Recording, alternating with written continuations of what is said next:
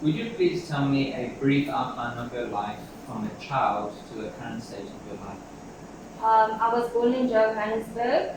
I grew up there since until Schiphol. I grew up in Johannesburg. I moved to Richards Bay when I was just done with grade 1. I think it's 2004. And then since then I stayed here in Richards Bay, did my primary school, high school over here. My matric here, I moved to Mpumalanga. I did my matric there in Witten National Balfour. And then I was just there for a year. And then after the year, I moved back to Richards Bay. And since then, I'm here. So, yeah.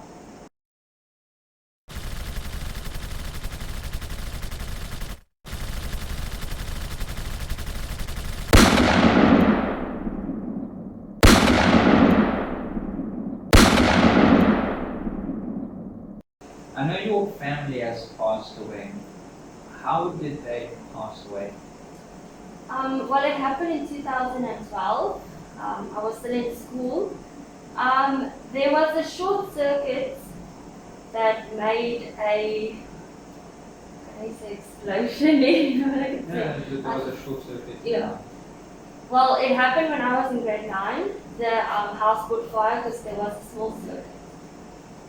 When the short circuit happened in the house, where were you at that moment?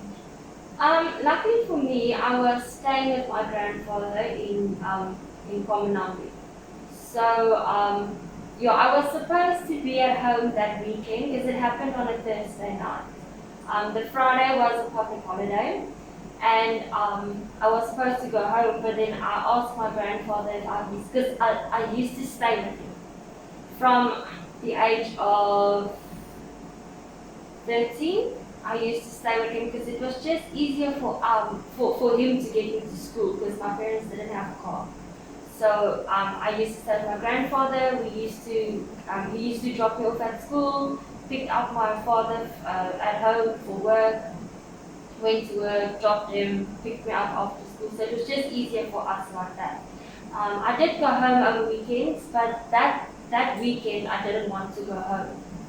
And then the Friday morning when my grandfather wanted to go drop me off there to go visit for the day, when we got there we saw that the whole house was burnt to the ground. So, yeah.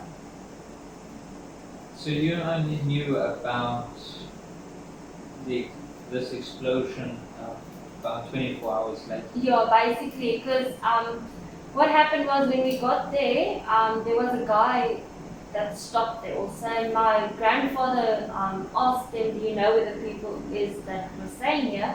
And he just said no, he doesn't know, but he did know that the fire people told him that none of them made it. So, because when we got there and we saw everything, we phoned my aunt and my cousin and everyone to find out if my parents are maybe there, and all of them said no, they didn't hear from them like earlier the previous night. Okay. At that moment, standing in front of the house, how was your emotion at that moment? What is an instorten? What is that called? Shock? Like a breakdown. Yeah, breakdown. A breakdown. Okay. Well, when we received Okay, let me put it from the start. but the received me arrived. Can I say when we arrived on the scene? Yes. It was basically. Yeah. Okay. Well, when we arrived on the scene the next morning, it was about just after 6 a.m. in the morning. When we arrived there and we saw what happened, me, my grandfather, and his wife, and my cousin, we ran in because we saw that the gates and everything of the door was open. So when we got in there, we couldn't find them. We started phoning them, we started phoning my whole family that used to stay here to find out if they were maybe with one of them. Nobody said, well, no one said that they are there. And then it felt like I had like a small breakdown. And then there was a guy that arrived on the scene to also come have a look at the place. And my grandfather asked him, do you know where the people are that used to stay here? And he just said, no, he just know that the fireman told him that nobody made it. So after that, we went to the mortgage place, and my grandfather had to go. What's 18? Yeah. Identify. Yeah, my grandfather had to go identify it. He didn't want me to go because, as I said, I was still very young, and he didn't want me to see it. So yeah. But then the other thing is, and they told me that when the fire truck and everybody arrived on scene, they only got my mom and my dad. And then as they went around the house, they saw baby clothes on the washing line. So then they knew there was still a baby inside. So then they got back in and they found him underneath my mom, because my mom was lying on top of him, probably trying to protect him. This event took place about 9-10 years ago. You seem to deal with it quite comfortably. How long did it take to deal with the trauma? Well, it took me about 3 to 4 years.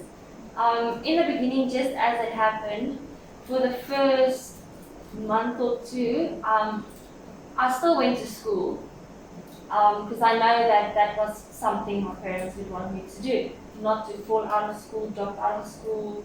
So I did still go to school, but the children in school told me that I was the one that caused the fire to start.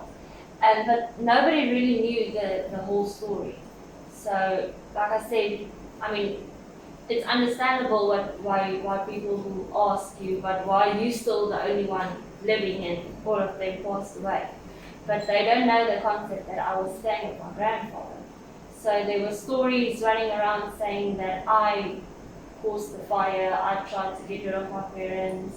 So there was a lot of stuff that I had to go through, but I still pushed through it. I still decided that I'm going to get my matric. I'm not going to fall out of school. I won't let stuff like that get me down. And I think since then, and I haven't spoken to anybody actually about it, like like a psychologist. Yeah, I haven't spoken to a psychologist or anyone else. So I think just with all these years and stuff, it just made me like a stronger person. That's why if I talk about it, I don't want people feeling sorry for me, because I don't like it when someone feels sorry. Because I mean, I know it happened and it's sad and everything, but from a young age, I had to learn to work through stuff like that, to make myself strong in me, to not let stuff like that get me down. Dis ek het julle bedoel, maar dis maar al hoe ek daardeur kon kom. Do you have any moments that you actually regret, that you wish you could take back?